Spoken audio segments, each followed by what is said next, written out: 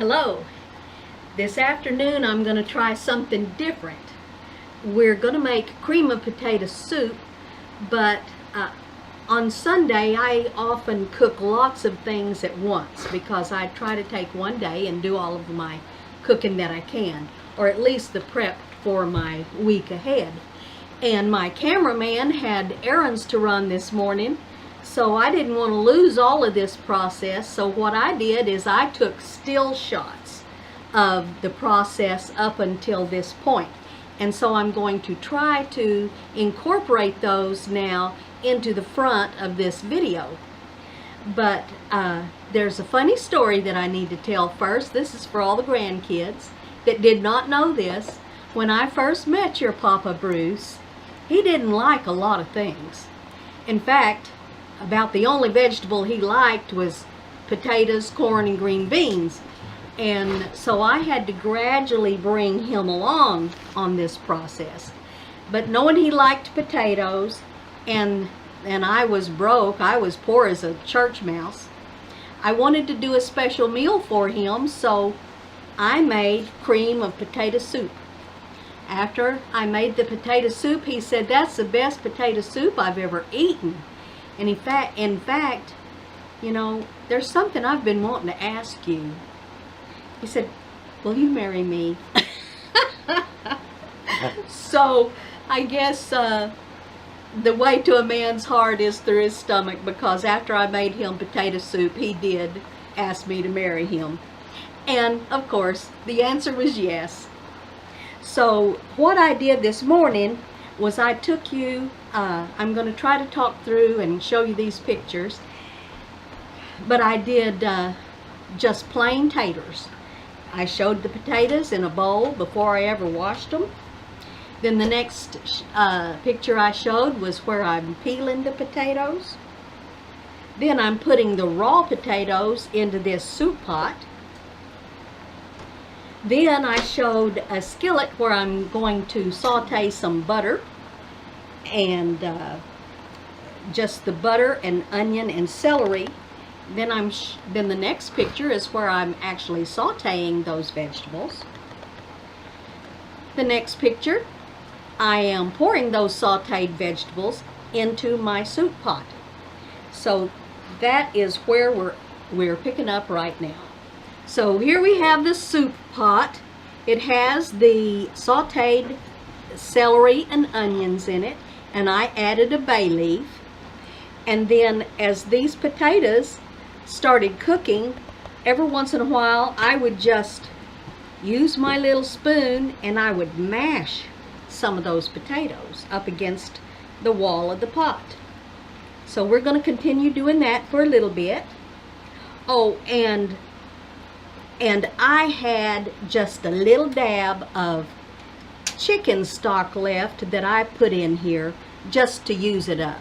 Now, I'm not calling for chicken stock in this recipe as I'm giving it to you, but it certainly doesn't hurt to put any chicken stock in here.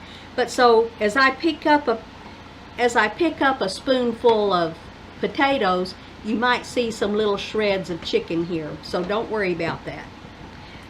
That's just for me. And we're just going to continue mashing these potatoes up against the wall.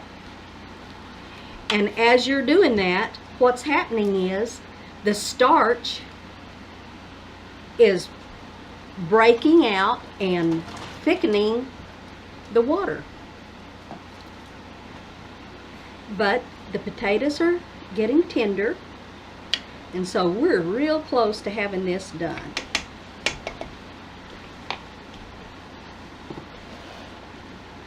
To make it extra rich, I am pouring in one can of condensed milk, just plain old canned milk. That's a 12-ounce can of milk. We're putting it in there. Continuing to mash the potatoes up against the wall.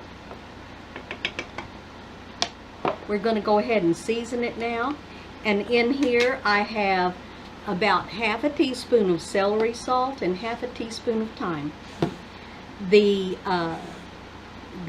I did salt and pepper the celery and onions when I was sauteing it. So now we're just going to add the celery salt and the thyme.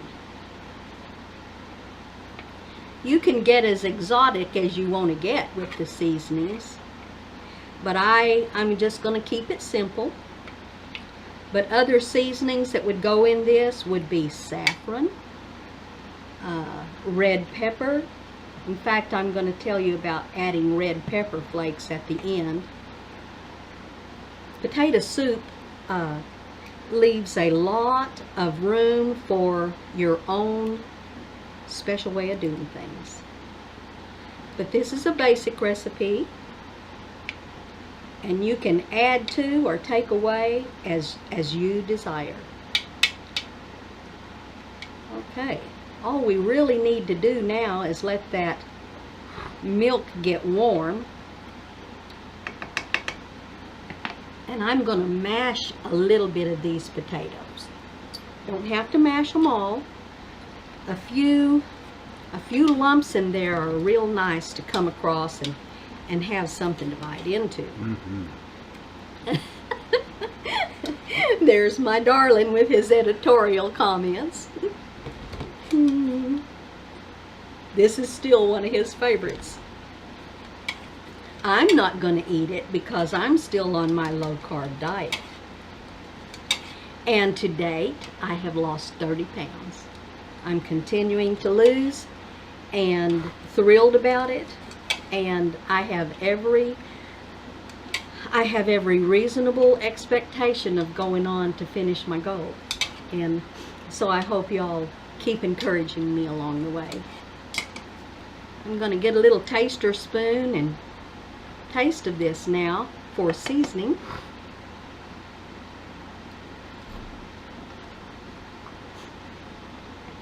It needs salt and pepper really bad, because all the seasoning that's in here right now is just what I put on the sauteed onions and celery.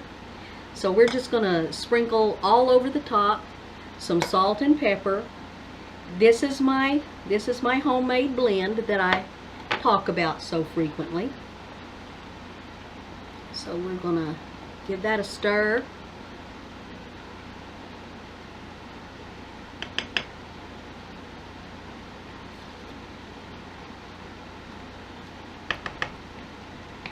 It's better, but I'm going to do it again.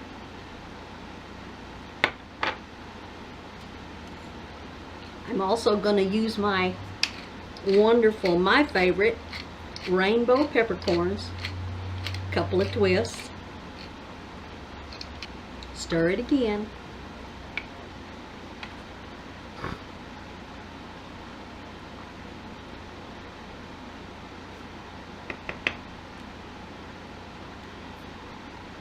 Oh, that's good. You want to taste? My darling's also going to taste it.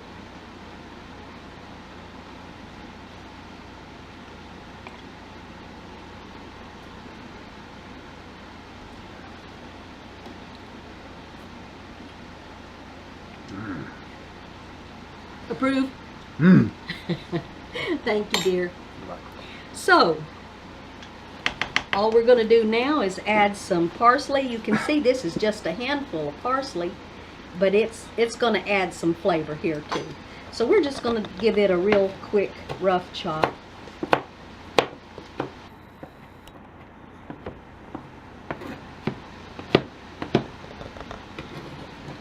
Add it to the pot. Gives it some added color.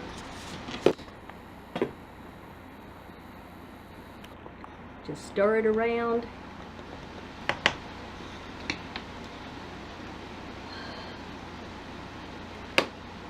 Now this is how I'm going to serve this today.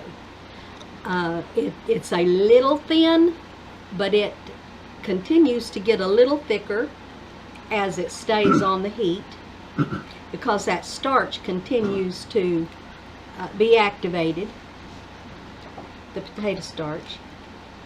But there you go. Is that pretty? Now, if you should have had too much water in your pot to start with, then just continue stirring it and cooking it down and let some of the water evaporate. Or if you insist on having a thickening agent, then just make you up a tablespoon of butter and flour and make a little roux, and then just add the roux in there. In fact, I may do a video soon about just roux. If you have roux in your refrigerator ready to go and keep it in a jar, you can literally just take a teaspoon of roux and add it to something like this when you want a little thickening. You can,